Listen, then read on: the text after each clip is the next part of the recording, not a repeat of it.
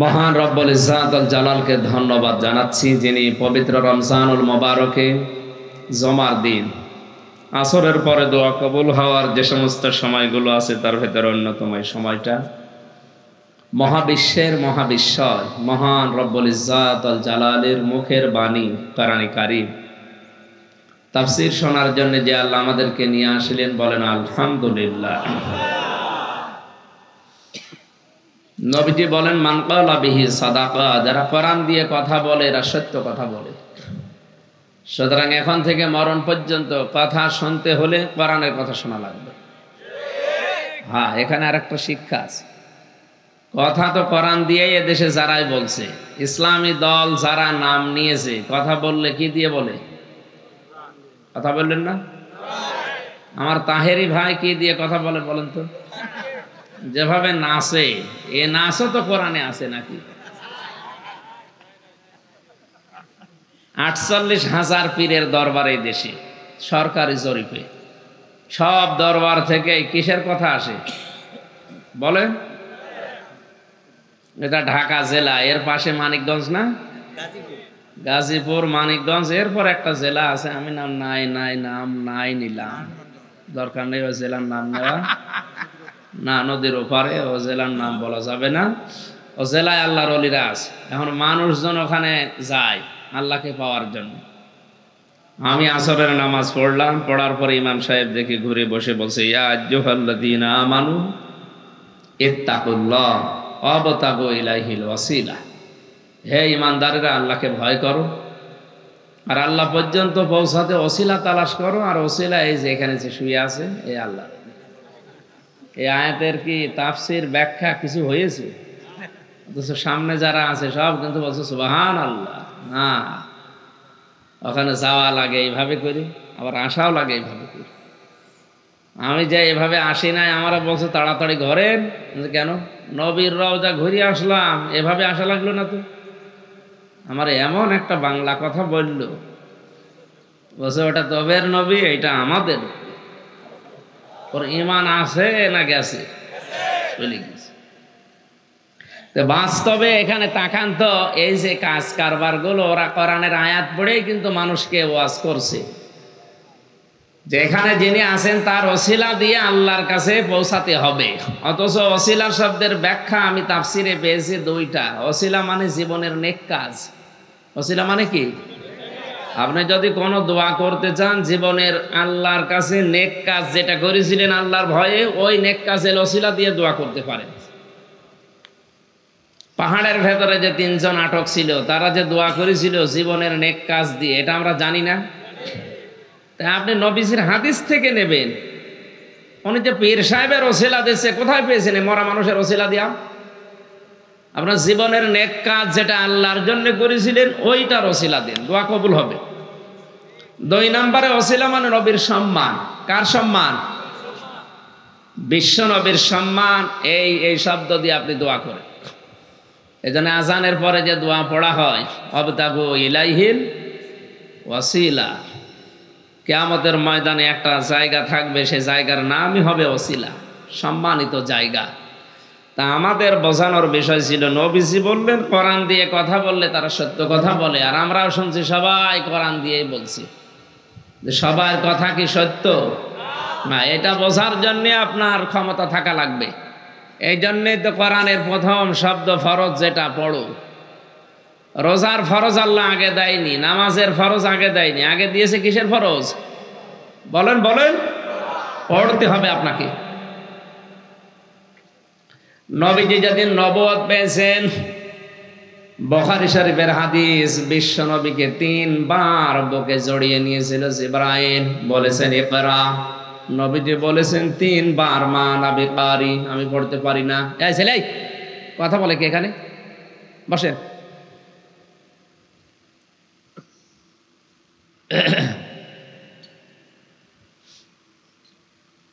চতুর্থবার যখন তাকে চাপ দিয়ে ধরে বলেছেন ইকরা বিইসমি রাব্বিকাল্লাযী খালাক, বিশ্বনবী এবার 5টা আয়াত নবীজি জিবরাইলের সাথে পড়েছিলেন। এ হাদিস আমাদের জানা নেই। এ পর্যন্ত তো জানেন যে 5টা আয়াত পর পর পড়লেন নাকি? এর টিকায় লেখা আছে, ব্যাখ্যায় জিজ্ঞাসা করলেন, হে রাসূল আমি আপনাকে 5 বা 3 বার পড়তে বললাম, বললেন আমি পড়তে পারি না বা পড়বো না, এখন পড়লেন কেন? নবীজি ওই মুহূর্তে জবাব দিয়েছিলেন, জিবরাইল তুমি বারবার বলছিলে পড়ো পড়ো পড়ো, আমি কি পড়বো?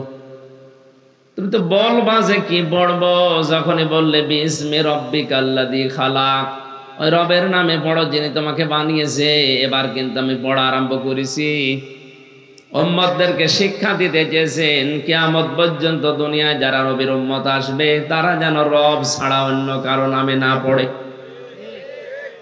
৯৬% মুসলমান এই দেশে এখন রবের নামে পড়া আছে? কথা বলা লাগবে। 1 থেকে মাস্টার্স পর্যন্ত সিলেবাস কারা বানিয়েছে আমরা জানতে চাই। এখানে তো ৯৬% হিন্দু বাস করে না, ৯৬% মুসলমান বাস করে। 1 থেকে মাস্টার্স পর্যন্ত পড়ার পরে যদি ওর পেটে বোম মারলে কোরআন পড়তে না পারো, কি পাশ করে আসলো? আর এইটা না থাকার কারণে আজ মানুষ মাস্টার্স করার পরও জানোয়ার হয়ে যাচ্ছে। এই যে এই চোখে দেখা, শিক্ষক অজু করছে, ছাত্র পানি ঢেলে দিচ্ছে। খুব বেশি দিন যায়নি কোরআনের কাছে, মাত্র 7 দিন আগে গেছে, এখনো কোরআন পড়াও শুরু করেনি, আলিফ বা তা সা চলতেছে। এর ভেতরে কি আল্লাহ নূর ঢুকিয়েছে যে শিক্ষক যিনি মাথার তাজ, তিনি তারে সম্মান করা লাগে। 6.5 বছর বয়সের বাচ্চা ওস্তাদের পায়ে পানি ঢেলে দিচ্ছে, ময়লা লেগে আছে, হাত দিয়ে সাফ করে দিচ্ছে। আমি চোখে এটাও দেখেছি, ভার্সিটিতে ক্লাস চলছে, মাস্টার্সে শিক্ষককে ছাত্র জুতা দিয়ে পিটাচ্ছে, বলছে শালা তোরে মেরেই ফেলবো। বলেন তো, এইটাও ছাত্র ওইটাও ছাত্র? এটা কোরআনের স্পর্শ পেয়ে, কোরআনের আলো পেয়ে মানুষ হচ্ছে, আর ওইটা মাস্টার্স করার পরে কোরআন পায়নি, জানোয়ার হয়ে গেছে। আগামী প্রজন্ম যদি আপনি এখনো পর্যন্ত পথে রেখে যেতে চান, রবের নামে পড়া সিস্টেম চালু করেন, নয়তো যা শুরু হয়েছে আগামী 10 বছর পরে রব কি তখন আবার চেনানোর জন্য জিবরাইল আসা লাগবে। এক কথা বলছেন।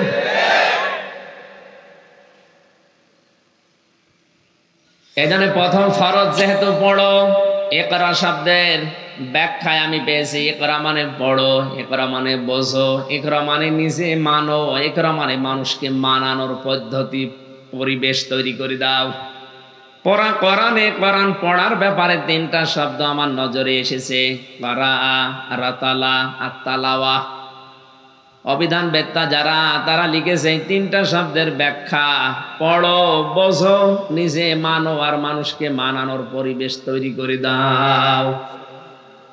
যতদিন আপনি কোরআন পড়বেন, বুঝবেন, নিজে কম বেশি মানবেন, তামাম দুনিয়া খুঁজে দেখবেন আপনার সেরকম শত্রু নেই। 4 নাম্বার যে হক শর্ত, যে মানবো তা না, আমি মানুষকে মানাবো, এ কথা বলতে গেলেই বিশ্ব নবীর মতো আপনাকেও জেলে যাওয়া লাগতে পারে। ইমাম আবু হানিফা, আমাদের ইমাম যাকে আমরা দাবি করি, উনিও জেলে ছিলেন 8 বছর ওনার নিজের অপরাধের কারণে। বলেন, অনেকে চুরি করে ধরা পড়েছিলেন, ডাকাতি করে, কি বোঝা লাগবে কথা থেকে ওনাকে। যত মানুষের পৃথিবীতে আমরা দেখতে পাচ্ছি যারা বলেছে আমরা কোরআন পড়ি, আমি বুঝি, আমি মানি, শুধু এ পর্যন্ত না, আমি মানুষকে মানাতে চাই। এই যে আল্লামা শফি, তিনি মারা গেলেন, তেতুল হুজুর যার নাম দিয়েছে, এ লোকটা যতদিন কোরআন পড়েছে সারা বাংলাদেশে কেউ তারে চিনত না, তার শত্রু ছিল না। যতদিন কোরআন বুঝেছে কোনো শত্রু তার নেই, কম বেশি তিনি কোরআনের আয়াত মেনেছিলেন, ঝামেলা হয়নি। যখনই বলেছে না এ কোরআন আমি নিজে মানি, তা আমি মানাতে চাই দেশের জনগণকে, ওয়াল্লাযীনা ইউযুনা রাসূলাল্লাহি লাহুম আযাবুন আলীম। সূরা তাওবার 61 নম্বর আয়াতের শেষের দিকে আছে। এদেশে আমি যতগুলো তাফসীর পেয়েছি সব মুফাসসিরে আয়াতের ব্যাপারে একমত। আল্লাহ পাক বলেন ওয়াল্লাযিনা, আর যারা ইউযুনা, এটা মুযারি বর্তমান ভবিষ্যৎ, প্রেজেন্ট ফিউচার। এখন যারা কষ্ট দিচ্ছে ভবিষ্যতেও যারা দেবে। এই এদিকে তাকান, ভালো করে খেয়াল করুন কোন দিকে তাকিয়ে আছে। ইউযুনা কেন দিলেন? এখন তো রাসূল নেই বর্তমানে, ভবিষ্যতে কিয়ামত পর্যন্ত আসারও সম্ভাবনা। তাহলে আয়াতটা ভুল না, মানে আপনি এর ভেতরে অতীতের কোনো শব্দ আমি পেলাম না, মাঝি নেই, পাস্ট বলে কোনো শব্দ আয়াতের ভেতরে নেই। ওয়াল্লাযিনা ইউযুনা, এটা বর্তমান ভবিষ্যৎ। বলেন আপনি আয়াত দিয়ে আল্লাহ কি বোঝাতে চাচ্ছেন? যারা রাসূলকে কষ্ট দিচ্ছে, দিবে, তাদের জন্য যন্ত্রণাদায়ক আযাব আল্লাহ নাযিল করবে। তাহলে আয়াতের তাফসিরে ফি জিলালিল কোরআন সাইয়্যিদ কুতুব লিখেছেন, নবী রাসূল যেহেতু কিয়ামত পর্যন্ত আর আসবে না, বিশ্ব নবীর জীবনের শেষ দিকের কথা ছিল আল উলামা ওয়ারাসাতুল আম্বিয়া, পৃথিবীতে যারা আলেম তারা নবীর ওয়ারিস। নবীর কি উত্তরাধিকারী, নায়েবে রাসূল তারা। নবীর দায়িত্ব যা ছিল, আলেম বলে কেউ দাবি করলে তার দায়িত্ব সেটাই হবে। নবীকে কষ্ট দিলে যেভাবে আযাব নাযিল হওয়ার কথা, যেহেতু নবী নেই, আয়াত তো আছে, কিয়ামত পর্যন্ত নবীর সত্যিকারের উত্তরাধিকারী যারা, এদের কেউ কেউ কষ্ট দিলে আল্লাহ এরকম আযাব নাযিল করবেন। এখন আমাদের বাস্তবতা বোঝা লাগবে, নবীর ওয়ারিস কারা? ইন্নামা ইয়াখশাল্লাহা মিন ইবাদিহিল উলামা, ইন্নাল্লাহা আজিজুন গফুর। সূরা ফাতির 22 নম্বর পারার 16 নম্বর পৃষ্ঠার 13 নম্বর লাইনের 28 নম্বর আয়াত। এটা আল্লাহ পাক বলেন, এই পৃথিবীতে যত মানুষ আছে সবচাইতে বেশি ভয় আমি আল্লাহকে করে আলেমরা। কারা? আলেম কারা? আমরা মনে করছি এখানে নামের আগে যাদের মাওলানা লেখা আছে এরা আলেম নাকি? আয়াতের ব্যাখ্যায় হাদিস এসেছে, ওয়ানি ইলমিহি মাযা আমিলা ফি, নবীজি বলেন যারা কিয়ামতের ময়দানে যে আল্লাহ 5টা প্রশ্ন করবে, তার 5 নাম্বার এইটা, যতটুকু জানতে তার কতটুকু মানতে, এটা বলো। তার মানে জ্ঞান অনুযায়ী যারা আমল করে এরা আল্লাহর কাছে আলেম। বলেন, জ্ঞান অনুযায়ী যাদের আমল নেই, কাজ নেই, প্র্যাকটিক্যাল লাইফে যাদের কর্মজীবনের সাথে জ্ঞানের সাথে মেলে না, এদেরকে আলেম, নামের আগে মাওলানা মুফতি আলেম লেখা থাকলেও আলেম না, ওটা জালেম। ওটা যে জালেম এটা আমি বানালাম? হ্যাঁ, সূরা বাকারা 1 নম্বর পারার 20 নম্বর পৃষ্ঠার 12-13 নম্বর লাইনের 140 নম্বর আয়াতের শেষের দিকে আছে, ওমান আযলামু মিম্মান কাতামা শাহাদাতান ইনদাহু মিনাল্লাহ। এখানে ইসমে তাফসিল দেওয়া আছে, আলেম বসে আছে, এজন্য বলছি এটা কিন্তু সুপারলেটিভ ডিগ্রি, এর চাইতে বড় শব্দ আর কোরআনে নেই। আল্লাহ বলেন বড় জালেম আমার দৃষ্টিতে ওইটা যার কাছে কোরআনের জ্ঞান থাকার পরও গোপন করে রাখে। বাংলাদেশে এরকম দালাল মৌলবী নেই? এই কথা বলেন না কেন? এদেশে আজ আলেমরা জেলে থাকার কারণে দালাল মৌলবীগুলো কোনো দায় পড়ে না, আর হাসিনা আর কোনো দায় পড়ে নাই খালেদার যেদেরকে জেলে রাখার। এই দালাল গুলো 5 আটা দালালি করে শুধু পেছন দরজা দিয়ে ফুসলায়।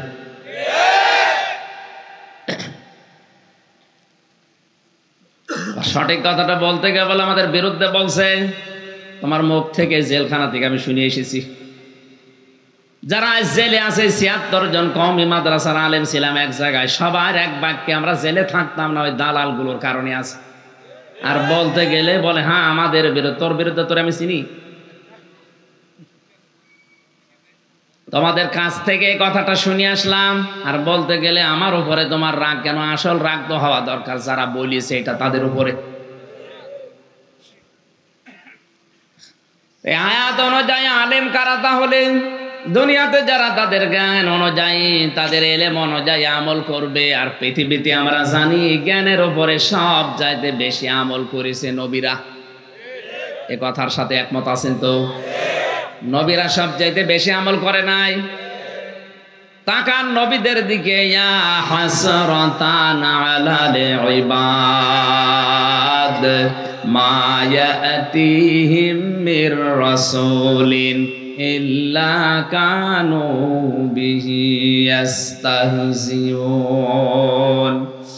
সূরা ইয়াসিনের 30 নম্বর আয়াতে আল্লাহ বলেন, আমার বান্দাদের জন্য আফসোস, আক্ষেপ, এমন কোন নবী রাসূল পাঠালাম না যার সাথে সমসাময়িক মানুষেরা ঠাট্টা করে নাই, বিদ্রুপ করে নাই, উপহাস করে নাই।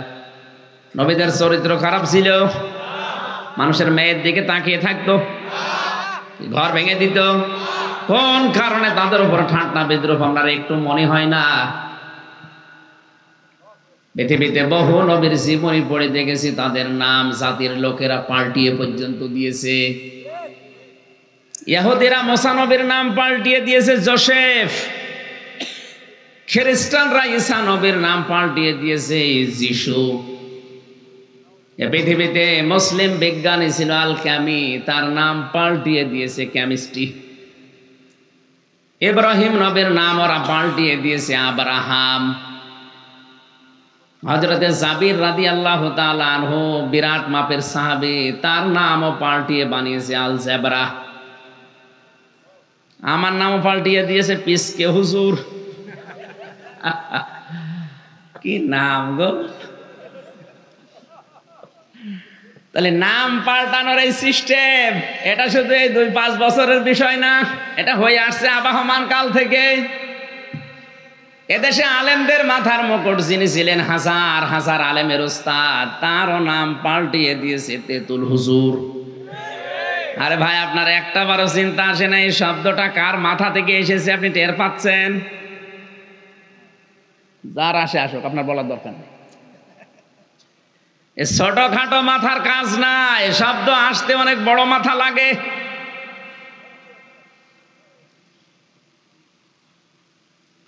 এজন্য নাম পাল্টিয়ে দেওয়া, ওয়ালা তানাবাযু বিল আলকাব বিইসাল ইসমুল ফুসুক বা'দাল ঈমান ওয়া মান লাম ইয়াতুব ফাউলাইকা হুমুজ যালিমুন। আল্লাহ পাক বলেন, যারা মানুষের নাম পাল্টিয়ে দেয়, উল্টা পাল্টা নামে ডাকে, এই মানুষগুলো যদি তাওবা না করে এরা জালেম। এরা কি? আমি আর নিচে নামলাম না। সুতরাং জ্ঞানের ওপরে যারা আমল করেছে, আমরা 1 নম্বরে তাদের নাম পেয়েছি, তারা নবী রাসূল। তারা কি? এদের যারাই সত্যিকারের অনুসারী হবে, উত্তরাধিকারী হবে, বুঝবেন এই মানুষগুলো সত্যিকারের আলেম। আর এদেরকে যদি কেউ কষ্ট দেয়, বিপদে ফেলে, বুঝবেন দেশে আযাব আসবে। আমাদের দেশে তো কোনো আযাব নেই না। কিসের আযাব? আযাব আছে, এই জন্যই তো বড়ই খাতে বলছে। খেজুর খাওয়ার দরকার নেই। এটাতে কত বড় আযাব আপনি জানেন? আমার যতটুকু ধারণা, 228টা রাষ্ট্র আছে এই পৃথিবীতে। কোন দেশের মন্ত্রী যদি এরকম অপারগ হতো যে খেজুর আমদানি করতে পারছে না, দাম বেশি, দরকার হয় বড়ই দিয়ে ইফতার করো, আমার মনে হয় সে লজ্জায় পদত্যাগ করতো। তো লজ্জা নিতে করবে কি? চরিত্র এমন হয়ে গেছে, বলছে মারবি মার, ধরব কান, যায় যাক মান, তাও হব না অপমান। এক লোক একেবারে রাস্তা দিয়ে যাওয়ার সময়, এই এদিকে আয়, হোটেলের বয় বলছে ভাই খাবার খেয়ে নেন, মনে করছে ফ্রি খাবার, মন মতো খেয়েছি। খাওয়া দাওয়ার পরে চলে যাচ্ছে, দোকানদার বলছে ওই টাকা দিবা না? যে কিসের টাকা? আমি তো চলে যাচ্ছিলাম, আপনার বয় তো আমারে ডাক দিয়ে খাওয়াইয়েছে, যে টাকা যদি না দাও আমার ব্যবসা লাটে উঠবে, লস হবে, টাকা তোমারে দেওয়া লাগবে। না, আমি টাকা দেবো না। কি করবেন করেন, টাকা যদি না দাও তাহলে 100 বার কান ধরে উঠবস করো। করেছে কি অপমান মনে হয়? কিসের অপমান? আমার ব্যায়াম হচ্ছে। এভাবে হবে না, ধরে জুতার মালা দিয়েছে, দিয়ে পুরা শহর ঘোরাচ্ছে। এই এবার অপমান মনে হয়? কিসের অপমান? আমার তো দাম বাড়ছে, পরিস্থিতি বাড়ছে, আপনি যা করবেন করেন, আমি টাকা দিতে পারবো না। আমার এই ছোট্ট একটা নাটিকা থেকে আমার মনে হয় এদেশের অনেকের চরিত্র এখন এই মরিয়ে যাবে, তাও চেয়ার ছাড়বে না। অত জোরে বলার দরকার নেই ভাই, দিনকাল ভালো না, আস্তে আস্তে বলবেন। আমি যে কথাটা শুরু করেছিলাম, তাহলে আলেম আল্লাহর দৃষ্টিতে তারা যে মানুষগুলো তাদের জ্ঞানের ওপরে আমল করে। ইমাম ইবনে তাইমিয়া রহমতুল্লাহ আলাইহি তিনি আলেমের সংজ্ঞা দিতে গিয়ে 3টা শব্দ ব্যবহার করেছেন। আলেম বলা হয় ওই লোকটাকে যে আল্লাহর কালাম নিয়ে চিন্তা ভাবনা করে। ও বাংলার মুসলমানেরা বলেন তো, এদেশে আল্লাহর কোরআনের চিন্তা ভাবনা করা মানুষ বেশি না কম? নেই, কম মানে কি করে মানুষকে বাঁশ দেওয়া লাগবে এই চিন্তায় আছে।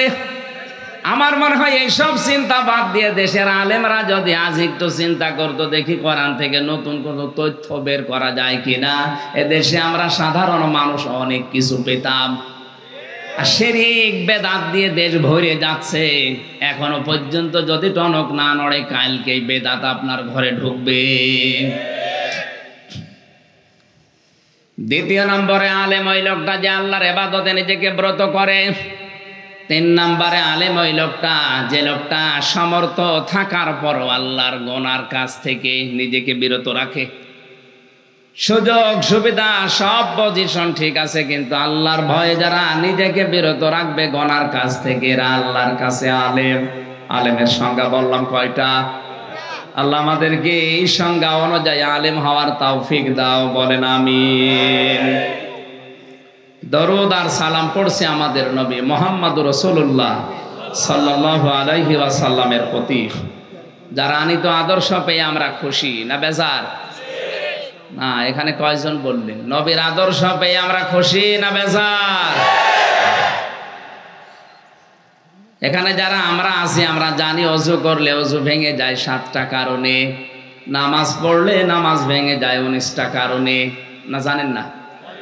রোজা রাখলে রোজা ভেঙে যায়, হজ করলেও হজ ভেঙে যায়, যাকাত দিলেও যাকাতও ভেঙে যায়, আমল করলে আমলও ভেঙে যায়। পৃথিবীর প্রতিটি জিনিস ভেঙে নষ্ট হয়ে যাওয়ার কিছু না কিছু কারণ আছে হাদিসে কোরআনে। ঈমান যদি কেউ আনে, ঈমানও ভেঙে যায় 10টা কারণে। কয়টা? তার 4 নাম্বার কারণ ঈমান ভেঙে যায় ওই মানুষের যার কাছে বিশ্ব নবী বাদ দিয়ে অন্য কেউ আদর্শ উত্তম হয়ে দাঁড়িয়েছে। বাংলার মুসলমানের আবার নিজের দিকে তাকিয়ে বলেন তো, এদেশের 100 জনের 85 জন আল্লাহর নবীকে আদর্শ হিসাবে মানে না। এটা আমি বানালাম। জানুয়ারি মাসে জরিপ বের হয়, আপনি খোঁজ করে দেখবেন। এদেশের 100 জনের মাত্র 15 জন মনে প্রাণে বিশ্ব নবীকে একমাত্র আদর্শ মানে, আর বাকি 85 জন আছে তা না নাই। 7টা কারণে অজু ভেঙে গেলে আপনার ওই অজু দিয়ে যেমন নামাজ হয় না, 10টা কারণে ঈমান ভেঙে যায়, ওই ঈমান দিয়ে জান্নাতে যাওয়া যাবে না। আমি 10টা না বলে একটা বলেছি মাত্র, 4 নাম্বারটা, যে মানুষের এই পৃথিবীতে বিশ্ব নবী বাদ দিয়ে অন্য কারো আদর্শ ভালো লাগে, বুঝবেন তার ঈমান ভেঙে গেছে। আমি নাম নিলাম না, এদেশে আছে না নেই? আছে মানে আমরাই আছে মানে। সূরা মায়েদা থেকে 55 নাম্বার একটা আয়াত পড়েছি। তাফসিরুল কোরআন মাহফিল লিখে দিয়েছেন, এজন্য তাফসির আকারে কথা বলবো ইনশাআল্লাহ। জবান খুলে কোরআনের সোনালী আয়াত একবার যাদের মুখস্থ আছে পড়েন আমার সাথে। আউযু বিল্লাহি মিনাশ শাইতানির রাজিম। বিসমিল্লাহির রহমানির রহিম। ইন্নামা ওয়ালিয়্যুকুমুল্লাহু ওয়া রাসূলুহু আমি তো তেলাওয়াত করেছি সূরা বাকারার 201 নম্বর আয়াত, অমিনহুম মা ইয়াকুলু রব্বানা আতিনা ফিদ দুনিয়া হাসানা। এই আয়াতটা আমার জন্মের পর থেকে আমরা মোনাজাতে পড়ি। কাবা শরীফ তাওয়াফ করতে গিয়ে দেখি রুকনে ইয়ামিনী থেকে হজরে আসওয়াদ এই জায়গাটা মানুষ পার হচ্ছে আর এই আয়াতটা পড়ছে। আমি ওই সময় বুঝি নাই, সে 16 সালের শেষের দিকে এত মানুষে আয়াতটা কেন পড়ে। সারা বাংলাদেশের বিভিন্ন জেলাতে নামাজ পড়লে দেখি সালাম ফিরে আল্লাহুম্মা আমিন রব্বানা আতিনা ফিদ দুনিয়া হাসানা। কি বলেন আপনি এর ভেতরে? কোনদিন চিন্তা ভাবনা আসে না যে আমি কি বললাম। সারা জীবন তো বলে যাচ্ছি রব্বানা আতিনা ফিদ দুনিয়া হাসানা। কি এটা? একটা বারের জন্য যদি বুঝতেন যে আল্লাহ হাসানার ভেতরে কি দিতে চেয়েছেন, আপনি পাওয়ার জন্য পাগল হয়ে যেতেন। কারণ এটা কাবা শরীফে যে আমি হুড়োহুড়ি করতে দেখেছি মানুষকে, সবার মুখে আয়াত রব্বানা আতিনা ফিদ দুনিয়া হাসানা। হে আল্লাহ, তুমি আমাদেরকে দুনিয়ার হাসানা দাও। কোন জায়গায়? হাসানার জায়গায় জের দিলে হয়ে যায় হাসিনা। কি? রব্বানা আতিনা ফিদ দুনিয়া হাসিনা। আল্লাহ বস যা দিয়ে দিলাম, এই জন্য 15 বছর আমরা পেয়েছি। অবশ্য আলহামদুলিল্লাহ। না না, হাসিনা মানে সুন্দরী আর হাসানা মানে কল্যাণ। আপনি আল্লাহর কাছে হাসিনা চাননি, চেয়েছেন হাসানা। কি চেয়েছেন? রব্বানা, হে আমাদের প্রতিপালক, আতিনা, আমাদেরকে দেন, দান করেন, ফিদ দুনিয়া হাসানা, দুনিয়ার হাসানা, কল্যাণ, শান্তি, স্বস্তি, নিরাপত্তা। 99টা অর্থ আছে হাসানার। এবার আসেন আমরা একটা একটা করে তাফসিরে মিলাই। মানুষ যখন বলে আল্লাহ আমাকে দুনিয়ার হাসানা দাও, কোরআনে আমার আল্লাহ বলেন দুনিয়ার হাসানা 10টা। কয়টা? আপনি যদি দোয়া করার পরে এই 10টা জিনিস দুনিয়ার জীবনে পেয়ে যান, বুঝবেন আপনার দোয়া কবুল হয়ে গেছে। আর সারা জীবন দোয়া করিয়ে যাচ্ছেন, এই 10টার একটাও পাননি, আপনি বিশ্বাস করতে পারেন আপনার দোয়া মাঠে মারা যাচ্ছে। কথা বলেন না কেন? এই যে বামে মাঠ না, এই মাঠে মারা যাচ্ছে, দোয়া কবুল হচ্ছে না। অফিল আখিরাতি হাসানা, আল্লাহ আখিরাতের হাসানা দাও। আল্লাহ বলেন আখিরাতের হাসানা 5টা। কয়টা? অকিনা আযাবান নার, জাহান্নাম থেকে আমাদের বাঁচাও। আল্লাহ পাক এই কোরআনে বলেন জাহান্নাম থেকে বাঁচার উপায় একটা। এদিকে 10, এদিকে 5, এ মাঝখানে 1, সব মিলে 16। কত? এতটুকু আয়াতে আল্লাহ 16টা জিনিস দুনিয়া আখিরাতে দিয়ে রেখেছেন। এবার আমরা বের করছি। আল্লাহর কাছে যখন মানুষ বলে দুনিয়ার হাসানা দাও, আল্লাহ বলেছেন দুনিয়ার হাসানা 8টা। কয়টা? বলেন, জোরে বলেন। 1 নম্বরে দুনিয়ার হাসানা কোরআনে কারিম পাওয়া। আপনি বলতে পারেন কোরআন আমি পেয়েছি, আপনি চলেন আমার ঘরে এখনো আছে। না, কোরআন কারা পেয়েছে? মানুষের দলিল আল্লাহ দিয়েছেন সূরা বাকারার 121 নম্বর আয়াতে, 1 নম্বর পারা 18 নম্বর পৃষ্ঠা 4 নম্বর লাইনে আছে আল্লাযীনা আতাইনাহুমুল কিতাবা ইয়াতলুনাহু হাক্কা তিলাওয়াতি। আমি আল্লাহ যাদের কোরআন দিয়েছি তারা এর হক আদায় করে, তেলাওয়াত করে। কি আদায় করে? বলেন বলেন। ডাক্তার জাকির নায়েকের যে 13 খণ্ড লেকচার পাওয়া যেত আগে, পড়াটা একবার ভার্সিটিতে থাকাকালীন পড়ে দেখেছিলাম। এই যে ইয়াতলুনাহু হাক্কা তিলাওয়াতির ব্যাখ্যা করতে গিয়ে উনি 4টা জিনিস নিয়ে এসেছেন। কেউ যদি বলে আমি পড়তে চাই, যে কোনো বিষয় পড়তে হলে 4টা হক লাগে ওই পড়ার। কয়টা? যে কোনো বই যদি পড়েন, যে কোনো বিষয় পড়তে হলে আপনাকে এটা শুদ্ধ করে পড়া লাগবে, না অর্থ পাল্টিয়ে যাবে। কথা বুঝতেছেন? দ্বিতীয় নম্বরে ওটা আপনাকে বোঝা লাগবে। কুষ্টিয়ার ভার্সিটিতে থাকাকালীন কুষ্টিয়ায় একটা ছেলে আমার কাছে পড়তো, ছোট, ওরে আমি পড়াতাম সকালে, যে আমাদের ছোট নদী চলে বাঁকে বাঁকে। আমার কাছে একদিন বলছে হুজুর দাঁড়ান, আমাদের ময়াকার দয়কার র, 4টা অক্ষর লাগে লিখতে, 3টা হলে হবে না কেন? আমি জানি না। না, আমি আপনার কাছে পড়বো না। আপনি যদি আমাদের লিখতে 4টা অক্ষর লাগে কেন 3টা হলে হবে না? আপনি বলতে পারছেন না আমি এ পড়া পড়বো না। আগে বলেন কেন লাগে, এরপরে আমাদের ছোট নদী বলবো, তাছাড়া বলবো না। অথচ এখনো দুধ ছাড়েনি। এতটুকু বাচ্চা যদি 1 লাইনের প্রথম শব্দ পড়ার পরে দ্বিতীয় শব্দে যেতে না চায়, কি হয়েছে আপনার?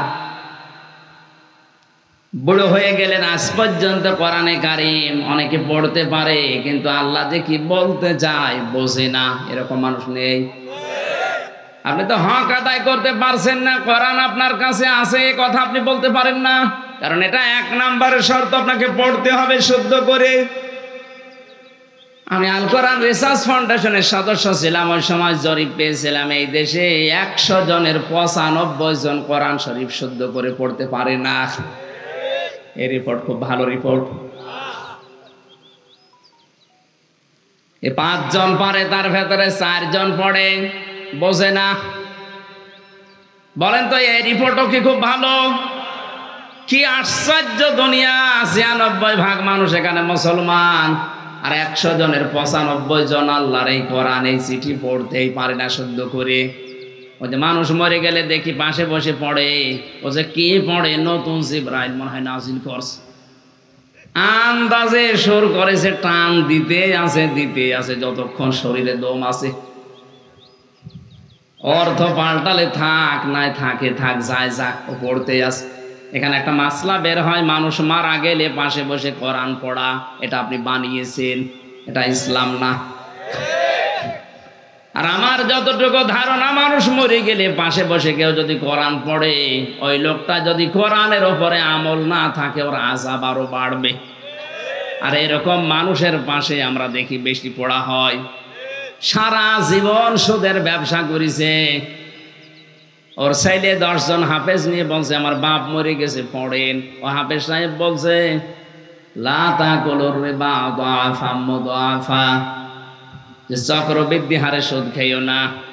ও তো সারা জীবন ওইভাবে সুদ খেয়েছে। এই কথা বলছে না? অনেকে চালাকি করে টাকাগুলো সব ব্যাংকে রেখে সুদের টাকা নিজের নামে তাও রাখে না, রাখে বোর নামে। আমার বাড়ি কুষ্টিয়া থানাপাড়ায়, বড় বাজারে একবার দেখি এক মুরব্বী শুধু বসে বসে, কি চাচা কোনো কাজ কাম নেই, সব সময় দেখি বসে থাকেন, যে না কোনো কাজ করি না। খান কি? আপনি তো শহরে থাকেন, টাকা লাগে, কোথায় পান? আচ্ছা, বাবার জমি ছিল, চড়া দামে বিক্রি করে ব্যাংকে রেখে দিয়েছি, ওখান থেকে টাকা আসে, লাভ, ওইটা তুলি খায়, আর আমি আল্লাহ আল্লাহ করি। আপনি যে আল্লাহ আল্লাহ করছেন, যে সুদের টাকা খেলে গোনা হয় জানেন না? তো জানি, টাকা তো আমার নামে রাখেনি, চালাকি করে আমি রেখেছি তোমার চাষির নামে। যদি গোনা হয় ওই মহিলার হবে, আমার কোনো অসুবিধা নেই। এরপরেও যদি ধরা খেয়ে যায়, এই যে জিকির করছি, এই জিকির আর ওই গোনা কাটাকাটি, মাঝখানে জান্নাতে যাবো ফাও। আপনি হাসেন, এরকম ধান্দায় যারা আছে সারা জীবন সুদের ব্যবসা, ঘুষের কারবার করে মরে গেল, আর তার ছেলে আপনাকে 2000 টাকা দিয়ে এনে বলছে কোরআন পড়েন। আরে বেটা, আপনার আযাব তো আরো বাড়বে, আপনার বাপের আযাব। মরণের সময় ফেরেশতা আসে না, ওই এসে বলবে এই বেটা কি পড়ে হাফেজ সাহেব, তোর জীবন এটা ছিল, তুই তো চক্রবৃদ্ধি হারে সুদখোর। তখন আমার মনে হয় পাগলকে যদি বলা হয় ভাই নৌকা নাড়াবি না, ও বলে আমার মনে ছিল না। ফেরেশতা বলবে আমাদের তো মনে ছিল না, এই আয়াত পড়ে পড়ে আমাদের মনে করিয়ে দিছে, দে মুগুর। শুদ্ধ করে পড়া শিখতে হবে আপনাকে। 2 নম্বর, আপনাকে এটা বুঝতে হবে, কোরআন বোঝা খুব কঠিন বিষয় না। ওয়ালাকাদ ইয়াসসারনাল কুরআনা লিযিকরি ফাহাল মিন মুদ্দাকির। এই কোরআন আমি সহজ করে দিয়েছি শেখার জন্য, উপদেশ নেওয়ার জন্য। কেউ আসো কি এমন? আল্লাহ আফসোস করছেন, ঢাকাবাসী আল্লাহরে আফসোস আপনারা থাকতে দেবেন। রমজানুল মোবারকে কোরআন নাজিলের মাসে আজকে সিদ্ধান্ত নিয়ে যান, যতদিন কোরআন শিখতে না পারি আমি মরব না। আপনি তো মরবেনই। কোরআন শেখা অবস্থায় মরলে আপনি তালেবে এলেম হয়ে মরলেন, আর তালেবে এলেমের কোনো হিসাব নেই। সুবহানাল্লাহ বলতে পারেন না?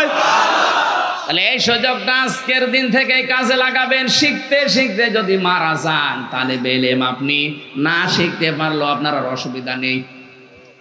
কেউ যদি এই বুড়ো বয়সে শিখতে চায়, যদি উচ্চারণ হতে না চায়, নবীজি বলেন ওর ডবল সওয়াব হবে। আশা করছি রমজানুল মোবারকটা কাজে লাগাবেন। 5টা দিন তো চলেই গেল, মাত্র আর 25 দিন আছে।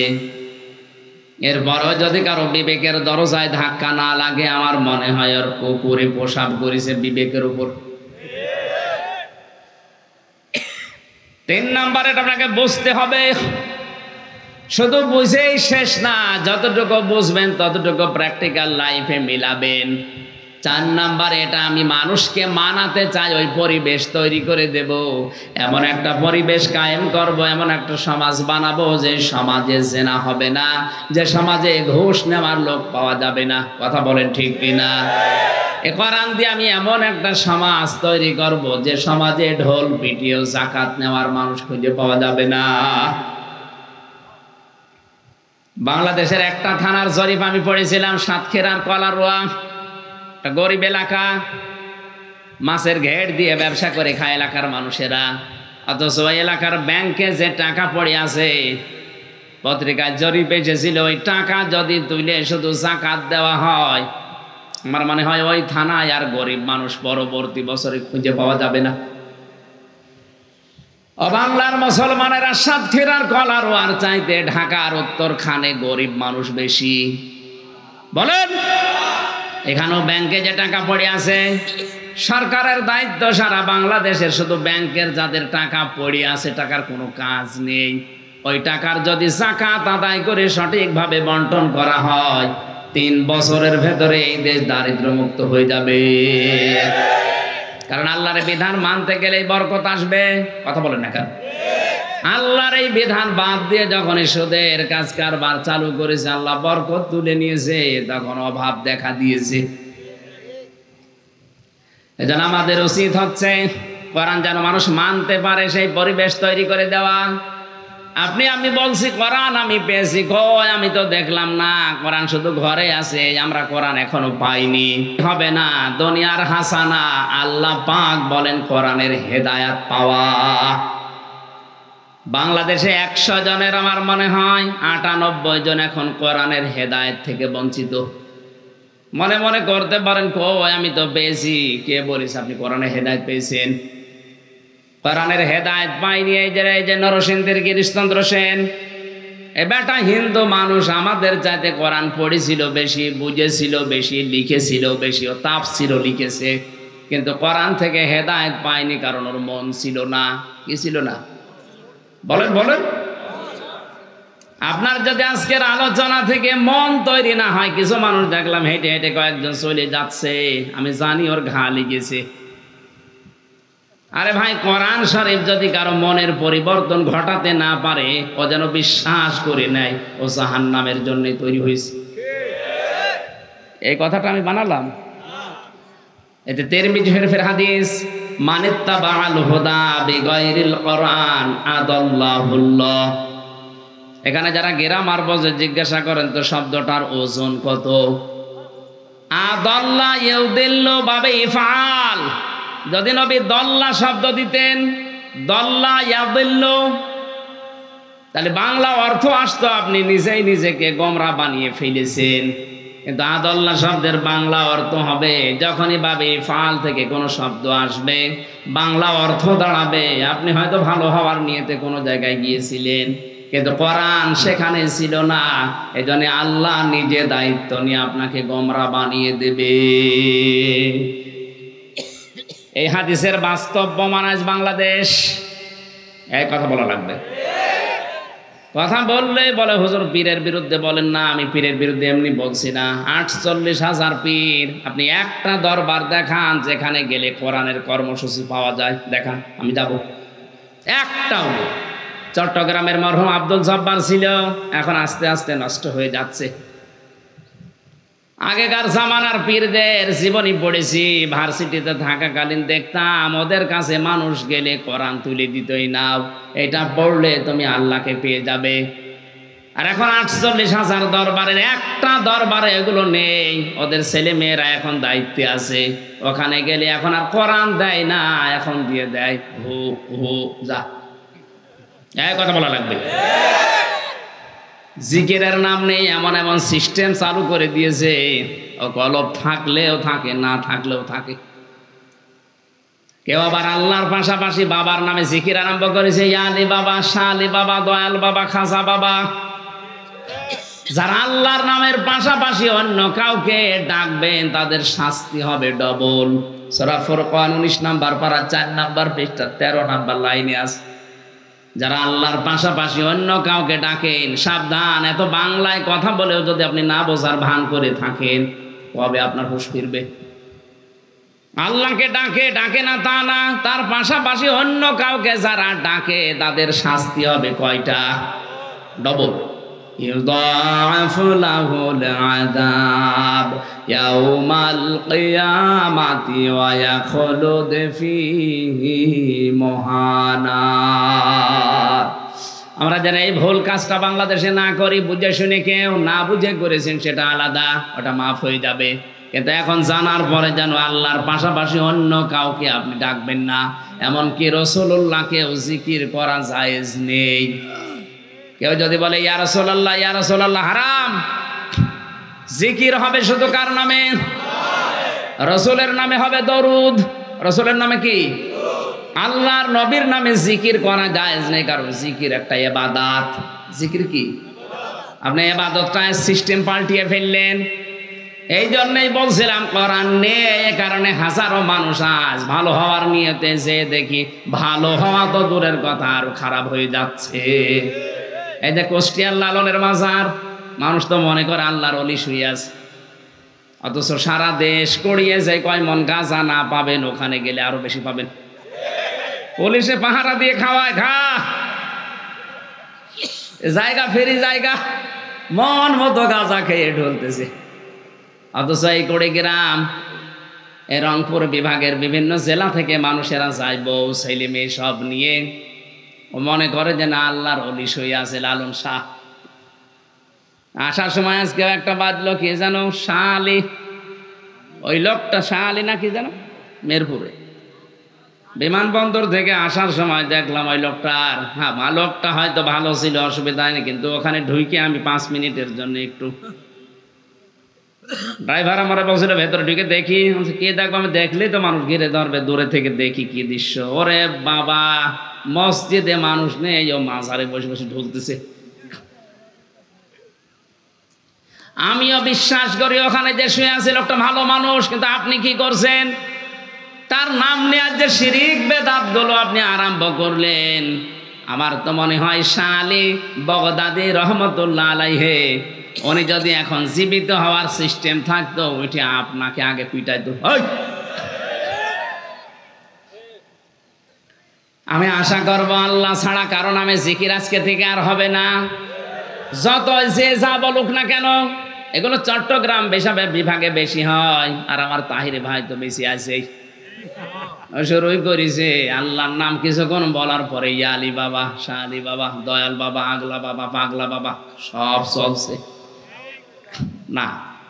আল্লাহ ছাড়া কোনো বাবার নামে, কোনো পীরের নামে, রাসূলুল্লাহর নামেও জিকির যদি কেউ করেন তার শাস্তি হবে ডবল। আমি এরপরে আর বাংলা পারলাম না, আপনি এবার বিবেক দিয়ে মেনে নেন। কোরআন সবাইকে হেদায়েত দিচ্ছে না, কারণ কোরআন থেকে হেদায়েত নিতে হলে আপনার মন থাকা লাগবে। আমি তো দেখতে পাচ্ছি আমাদের মন নেই, আমাদের মন হয়ে গেছে গিরিশচন্দ্র সেনের মতো, আমরা পড়ছি, বুঝছি, লিখছি, কিন্তু হেদায়েত আমরা পাচ্ছি না। দুনিয়ার হাসানা 3 নম্বরে আমি পেয়েছি সালাত। এই জন্য মুয়াজ্জিন 5 বার দুনিয়ার হাসানার দিকে ডাক দেয়, হাইয়া আলাস সালাহ, হাইয়া আলাল ফালাহ। সফলতা পেতে চাও, কল্যাণ পেতে চাও, নামাজের দিকে আসো। সুতরাং যদি কল্যাণ কেউ পেতে চান, দুনিয়ার হাসানা, নামাজি হওয়া লাগবে। এখনই মরার পরে কিয়ামতে সর্বপ্রথম যেটা প্রশ্ন আপনাকে করবে তার নাম, আরো জোরে বলেন, আউয়ালু মা ইউহাসাবু বিহিল আবদু ইয়াউমাল কিয়ামাতিস সালাহ। যে ব্যক্তি নামাজ পড়ে না তার দায়িত্ব আল্লাহ নিজে ছেড়ে দেয়। বলেন নাউজুবিল্লাহ। ও ঢাকাবাসী, আল্লাহ যদি কারো দায়িত্ব ছেড়ে দেয়, জামিনদার না হয়, 1 সেকেন্ডও সুস্থ থাকা, নিরাপদে থাকা সম্ভব না। আপনি হাঁটতে যাচ্ছেন, হঠাৎ পার সাথে পা বেঁকড়িয়ে পড়ে আপনি মরে যেতে পারেন, অথবা প্যারালাইজড হয়ে পড়ে থাকতে পারেন মরণ পর্যন্ত। এই জন্য কোনো কিছু করার আগে এইটা ভাবা দরকার, আল্লাহ আমাকে দেখতেছেন। আল্লাহ আমাকে বলেন বলেন। নামাজ যেন আমরা জীবনে অন্তত ফরজ নামাজ না ছাড়ি। সুন্নত নফল যে নামাজগুলো আছে যদি সময় না পান পরে পড়ে নেবেন, কিন্তু ফরজ নামাজ জীবন থাকতে ছাড়া যাবে না। হ্যাঁ, রাজি আছেন আপনারা? হ্যাঁ, আলহামদুলিল্লাহ। নামাজ আপনাদের কাছে ওয়াজ করার দরকার নেই, কারণ আপনারা নামাজ পড়েন। 4 নম্বরে দুনিয়ার হাসানায় আমি পেয়েছি কোরআনে, পরিশ্রম করতে পারা দুনিয়ার হাসানা। আজ আমরা অনেকে শুধু বসে বসে খাওয়ার ধান্দা।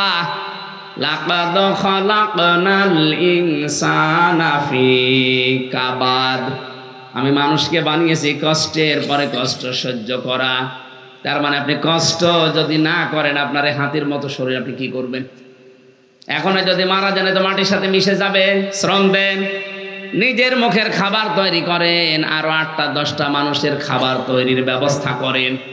আপনাকে আল্লাহ বানিয়েছে এই দুনিয়ায় শ্রম দেওয়ার জন্যে।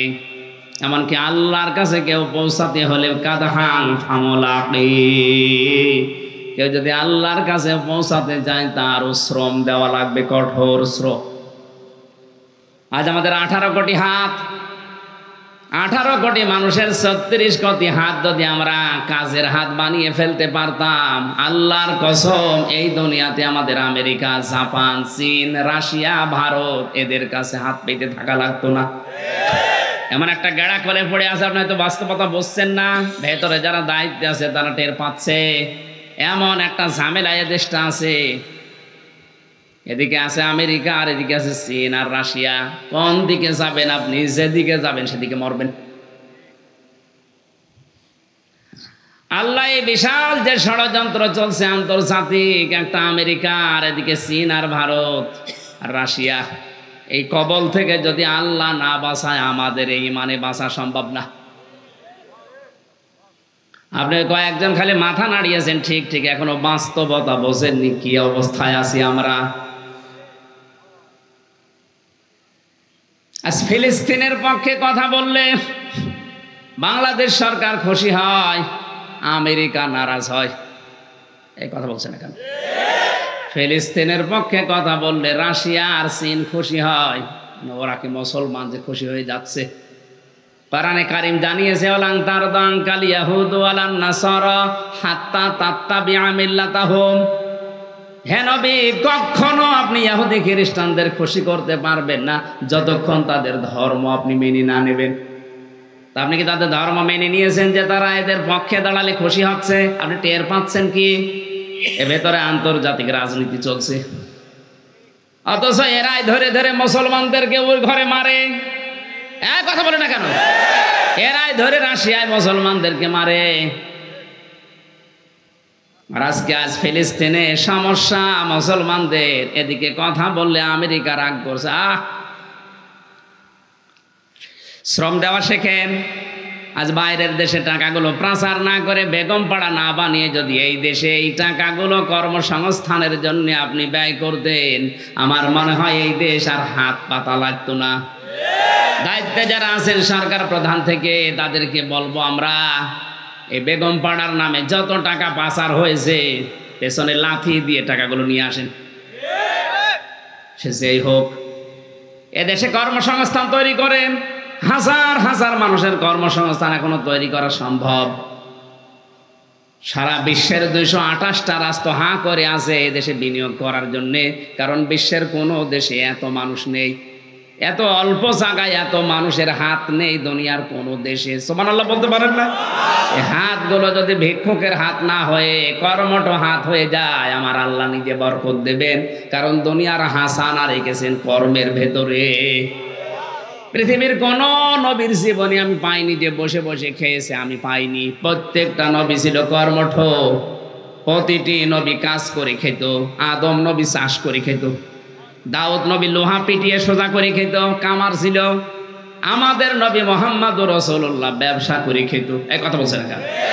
সুতরাং আমাদের কাজ করা, পরিশ্রম করতে পারা, আপনি যদি শ্রম দিতে পারেন বুঝবেন আপনি দুনিয়ার হাসানা পেয়েছেন। আজ আমাদের শরীরের শ্রম নেই, মেধার শ্রম নেই, লেখনির শ্রম নেই। হ্যাঁ আছে, সব ইসলামের বিপক্ষে।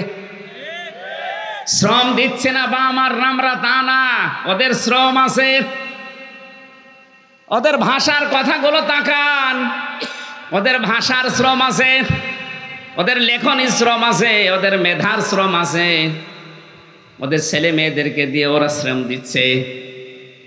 ওদের একটা উদ্দেশ্য, কলহাল ননাব্বিকুম বিল আখসারিনা আমালা আল্লাযীনা যাল্লা সা'য়ুহুম ফিল হায়াতিদ দুনিয়া ইলা আখিরি আয়া। আল্লাহ পাক বলেন, আমি কি তোমাদের বলে দেব দুনিয়ায় কাজের দিক থেকে সবচাইতে বড় ক্ষতিগ্রস্ত কোন লোকটা? আমি আল্লাহর ভাষায় ওই লোকটাই ক্ষতিগ্রস্ত যারা দুনিয়ায় টিকে থাকার জন্য সবকিছু করে। আজরা আমার বাম যাই কয়টা আছে, আল্লাহ পরকালের চিন্তা যাদের নেই, ওরা শ্রম দিচ্ছে না তা না, ওদের মেধা, ওদের শ্রম, ওদের লেখনী, ওদের পড়াশোনা আপনি খবর রাখেন না। তাই এক একটা বাম আর রাম যে পড়াশোনা করে, আপনি পাগল হয়ে যাবেন। ওদের মেধার যে শ্রম, আমার কুষ্টিয়ার যে লোকটা আমি নাম নিলাম না, ওর শ্রম দুনিয়ায় কম নেই। ওর মেধার শ্রম, পড়াশোনার শ্রম, লেখনের শ্রম, ওর শয়তানি শ্রম, অনেক কিছু আছে, কিন্তু সবগুলো আল্লাহ রসুল আর ইসলামের বিপক্ষে। কয়েকদিন আগে শুধু একটা ভালো কথা বলেছে, আমি খেজুর খাবো তুমি, একটা কথা ভালো বলেছে। তা ভাষাটা দেখেছেন, আমি বড়ই খাবো আর তুই।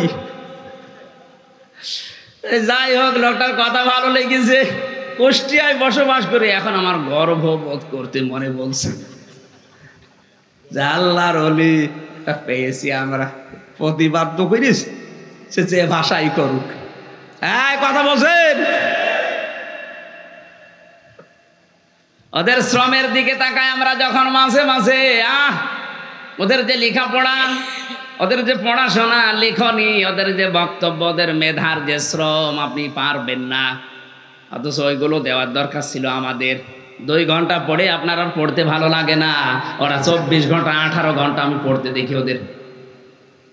ভার্সিটিতে রাম আর বাম সেগুলো, হ্যাঁ ওদের পড়াশোনা আছে, ওদের মেধা, ওদের যোগ্যতা, ওরা খরচ করছে ইসলামের বিপক্ষে।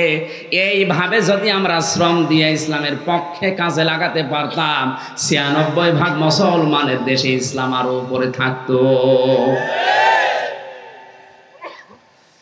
দুনিয়ার হাসানায় আমি পেয়েছি 4-5 নম্বরে, সন্তান যেন ভালো হয়। ভালো সন্তান ওইটা যেটা ডাল খায়, যেটা বাবা খায়। 6 নম্বরে দুনিয়ার হাসানায় পেয়েছি স্ত্রী যেন ভালো হয়। ভালো স্ত্রী ওইটা যেটা সকাল বিকাল টিভি দেখে, হ্যাঁ, ভারতের সিরিয়ালগুলো মন মতো দেখে। স্ত্রী সন্তান কিভাবে ভালো হবে আমার আল্লাহ সূরা ফুরকানে শিখিয়েছেন। ওই দোয়া কর আমার কাছে, রব্বানা হাব লানা মিন আজওয়াজিনা ওয়া যুররিয়াতিনা কুররাতা আ'য়ুনি ওয়াজআলনা লিল মুত্তাকিনা ইমামা। ইফতারের সময় হয়ে যাচ্ছে, আমি সামারাইজ করে তাড়াতাড়ি করছি। 7 নম্বরে দুনিয়ার হাসানা ধৈর্য ধারণ করা। ধৈর্য ধারণ করা, এটা শুধু সারা জীবন শুনেছি। ধৈর্য যে কিভাবে ধরতে হয় 3 বছরে আমি টের পেয়েছি। এদিকে 3.5 হাত, এদিকে 2.5 হাত, এতটুকু একটা ফাঁসির কন্ডেম সেলের ভেতরে 3টা বছর যোগাযোগ বিচ্ছিন্ন হয়ে এক ঘরে 24 ঘন্টা তালা মেরে দেখত। আমার কাছে তাও কোরআন ছিল, নবীজির হাদিস ছিল, এই কারণে তত সময় কেটেছে। আমার মনে হয় সাধারণ মানুষকে অভাবে রাখলেও এমনি পাগল হয়ে যাওয়ার কথা। আপনি ধৈর্য না ধরে উপায় নেই। এখন মামুনুল হক আছে, টের পাশে ধৈর্য কারে বলে, কত প্রকার কি কি ধৈর্য। শুধু শুনেছি যে ধৈর্য ধরা লাগে, সবর সবর, কিন্তু বাস্তবে কোনোদিন সবরের সম্মুখীন হননি। সবর করতে পারা এটা দুনিয়ার হাসানা। 8 নম্বরে দুনিয়ার হাসানা হচ্ছে এই পৃথিবীর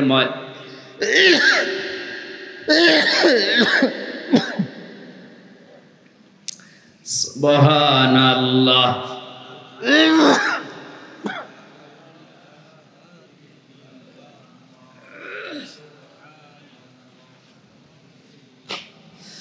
সুবহানাল্লাহ, আলহামদুলিল্লাহ, লা ইলাহা ইল্লাল্লাহ, লা ইলাহা ইল্লাল্লাহ, মুহাম্মাদুর রাসূলুল্লাহ।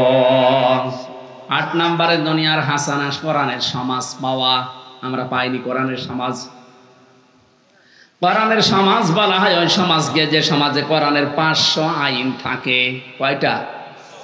দুর্ভাগ্যজনক হলো সত্য, 96% মুসলমান আমরা এদেশে, একটা আইনও এদেশে নেই। কত আইন থাকা লাগে? একটাও নেই। তো দুনিয়ার হাসানা কি পেলেন আপনি? দুনিয়ার হাসানা ওখানে থাকে যেখানে চুরি নেই, ডাকাতি নেই। সৌদি আরবে আছে 100% নেই, 70% আছে ইসলাম, বাকি 30% ওরা উল্টো পাল্টা চলছে রাজতন্ত্রের নাম নিয়ে। যেহেতু রাজতন্ত্র ইসলামে জায়েজ নেই, এই কারণে আমি ওদিকে গেলাম না। বাকি 70% থাকার কারণে যতটুকু শান্তি, আপনার চোখ জুড়িয়ে যাবে। ওখানে একটা মোবাইল দেখেছিলাম, কেউ নিচ্ছে না। চিন্তা করলাম কেউ নেয় না। হারানো জিনিস যেখানে জমা দেওয়া জায়গায় নিয়ে গিয়ে জমা দিলাম, কেউ নিচ্ছে না। আমার ওনার ভাষা দিয়ে বলছে, কেন নেয় না আপনি জানেন? এখানে যদি চোর ধরা পড়ে তাহলে হাত কেটে দেবে। এটা একটা বিধান। কয়টা? এরকম 500 আইন আল্লাহ কোরআনে দিয়েছেন। ওটা যদি সমাজে থাকে, এই সমাজটা মিনি জান্নাত হয়ে যাবে। 9 নম্বরে দুনিয়ার হাসানা সুখ। 10 নম্বরে শান্তি। সুখ বলা হয় 3টা জিনিসকে, শান্তি বলা হয় 4টা জিনিসকে। আমি এবার হাসানায় যাচ্ছি আখেরাতের। নবীজি বলেন আখেরাতের হাসানা কেউ যদি পেতে চায় 5টা জিনিস সে যেন পায়। 1 নম্বরে তার মরণ যেন ভালো হয়। ভালো মরণ ওইটা যেটা গলায় দড়ি দিয়ে হয়, বিষ খেয়ে হয়। কোনটা? শাহাদতের মরণ। এ মরণে কোনো হিসাব নেই, জবাব নেই, বিনা হিসাবে জান্নাতি। 2 নম্বরে আখেরাতের হাসানা আমি পেয়েছি, কবর যেন ভালো হয়। ভালো কবর ওইটা যেটা পাকা করা হয়। ঢাকাবাসী, কোন কারণে আপনি মাজার বানিয়েছেন? হযরত ওসমানের মতো জিন্নর আইন পড়ে আছে, জান্নাতের সার্টিফিকেট পাওয়া মানুষ, অথচ তার কবরে একটা পাথর দেওয়া শুধু বোঝা যাচ্ছে না কবর কিনা। আরে দেশে গরু ছাগল মরে যায়, কবর 3 তলা হয়। বলেন কোন কারণে মাজার বানিয়েছেন? এগুলো সম্মান না, এগুলো ওদের অসম্মান করা। সব ভেঙ্গে গড়িয়ে দেন মাজার। 3 নম্বরে আখেরাতের হাসানা, হাসর যেন ভালো হয়। ভালো হাসর হবে 4 প্রকার মানুষের সাথে হলে, নবী, সিদ্দিক, শহীদ আর সালিহিনদের সাথে। এদের জীবনীগুলো পড়ে নিজেদের সাথে মিলাবেন। 4 নম্বরে ডান হাতে আমলনামা পাওয়া যায়। 5 নম্বরে হাউজে কাউসারের পানি যেন নবীর হাতে পাওয়া যায়। জোরে বলেন আমিন। অকিনা আযাবান নার, আল্লাহ জাহান্নাম থেকে আমাকে বাঁচাও। আল্লাহ বলেন জাহান্নাম থেকে বাঁচার উপায় একটা, সেটা হচ্ছে ইসলাম কায়েম করার জন্য চেষ্টা করা। কেউ যদি ইসলামী আন্দোলন করে, একামতে দিনের দায়িত্ব পালন করে, ইসলাম কায়েম যদি নাও হয়, এই দায়িত্ব পালন করার কারণে আল্লাহ বলে জাহান্নামে অন্তত দেবে না। এইটা আমি বানালাম। সূরা সফের 10 নম্বর আয়াতে আল্লাহ দলিল দিয়েছেন, হাল আদুল্লুকুম আলা তিজারা তুনজিকুম মিন আযাবিন আলীম। এমন একটা ব্যবসার কথা বলবো যেটা করলে জাহান্নামে যাওয়া লাগবে না। ওই ব্যবসা হচ্ছে আল্লাহ রাসূলকে বিশ্বাস করে জান আর মাল দিয়ে তার রাস্তায় জিহাদ করা, তার বিধানকে জমিনে প্রয়োগ দেওয়ার, প্রতিষ্ঠা করার, আন্দোলন করার চেষ্টা করা। যালিকুম খায়রুল লাকুম ইন কুনতুম তা'লামুন, এইটাই ভালো কাজ যদি বুঝতে পারো।